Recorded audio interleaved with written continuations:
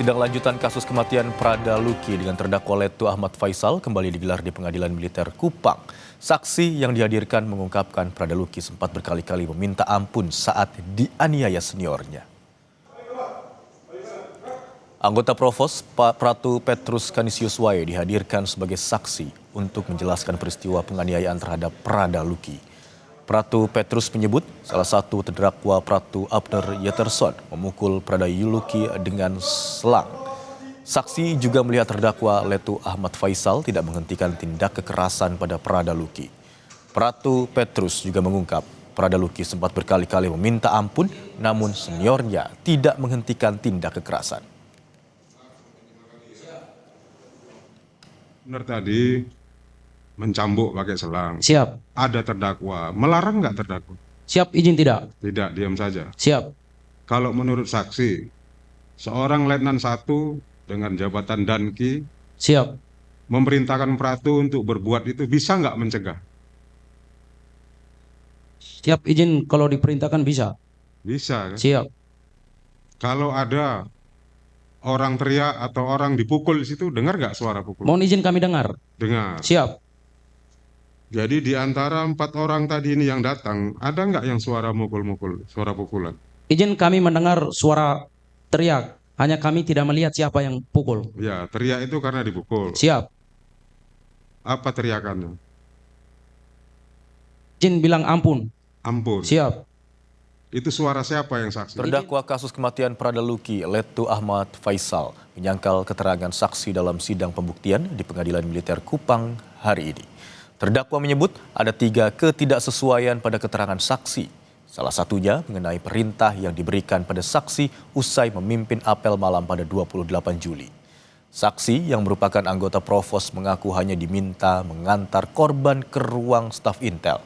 Namun, menurut terdakwa, saat itu dirinya memberi perintah untuk menjaga, bukan mengantar.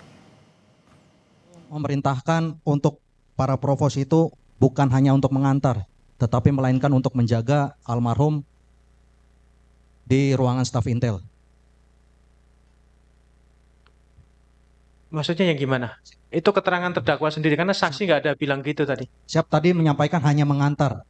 Ha-ha. Dan pada saat itu juga Basi Intel itu memerintahkan untuk kembali. Kan pada saat itu Yang juga mengantarnya dibenarkan. Yang mengantarnya kami dibenarkan. menyampaikan itu menjaga, bukan mengantar. Kalau Menjaga. mengantar itu kan posisinya Provos itu kembali, tapi kami menyampaikan untuk menjaga. Oke, terdakwa.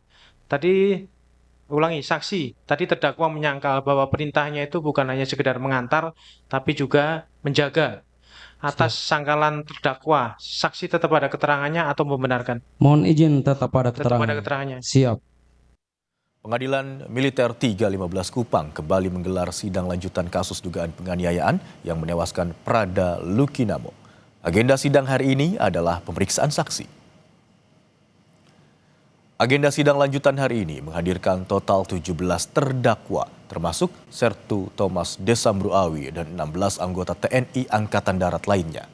Ada 7 dari total 8 orang saksi dihadirkan untuk memberikan kesaksiannya di persidangan.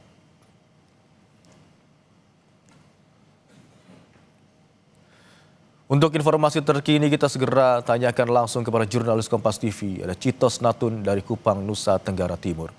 Selamat siang Citos, siapa saja yang akan bersaksi pada hari ini dan untuk terdakwa siapa? Selamat siang Imron dan juga saudara, memang benar hari ini Pengadilan Militer Kupang, Nusa Tenggara Timur mengagendakan persidangan dengan memeriksa sejumlah saksi di mana saksi yang dihadirkan hari ini berjumlah yang direncanakan berjumlah 8 orang.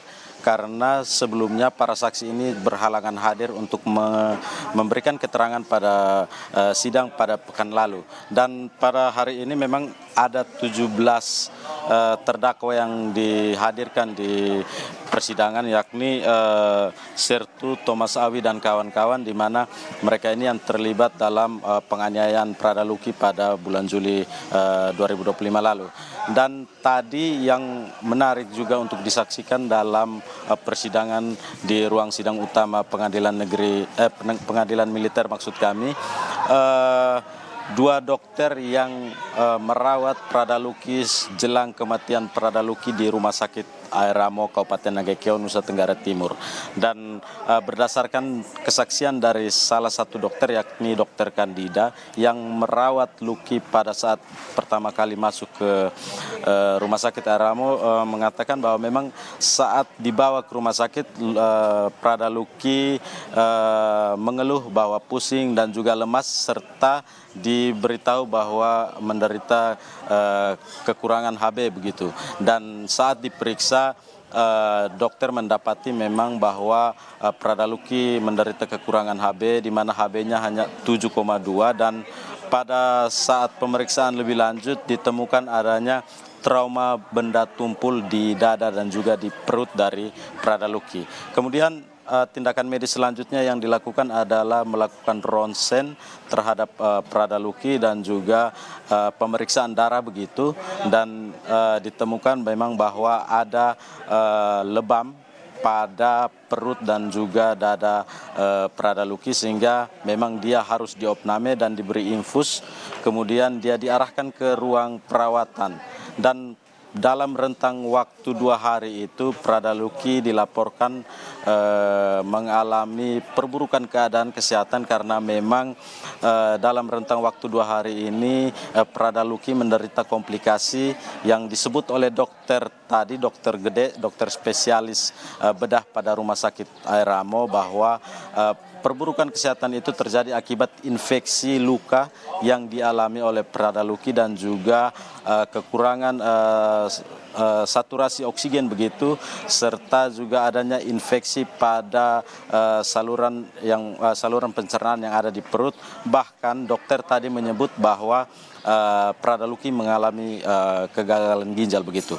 Dan tadi baru saja selesai persidangan yang menghadirkan kedua dokter ini melalui daring atau via Zoom begitu, dan sidang sementara diskors untuk kembali menghadirkan satu saksi, yakni ibu angkat dari Pradaluki, di mana saat kejadian Pradaluki sempat meminta bantuan kepada ibu angkatnya yang ada di sekitaran Batalion Wakangamere di sana untuk mengobati luka-lukanya. Kemudian Imron dan juga saudara, setelah kesaksian dari ibu angkat dari Pradaluki, akan dihadirkan pula rencananya ada 5 anggota TNI yang akan memberikan kesaksian atas 17 terdakwa ini. Namun tadi berdasarkan pantauan kami di ruang persidangan baru hadir 4 saksi, dan kami menanyakan satu saksi yang belum sempat hadir memang karena masih mendapat tugas begitu, sehingga kemungkinan keterangan atau kesaksiannya akan diambil pada minggu mendatang. Imron. 17 terdakwa dihadirkan dalam sidang lanjutan kasus kematian Pradaluki. Selain itu ada juga 8 saksi yang dihadirkan, termasuk dokter yang menangani perawatan terhadap Pradaluki yang menjelaskan bagaimana kondisi Pradaluki sebelum meninggal dunia. Terima kasih atas laporan Anda, jurnalis Kompas TV Citos Natun dari Kupang.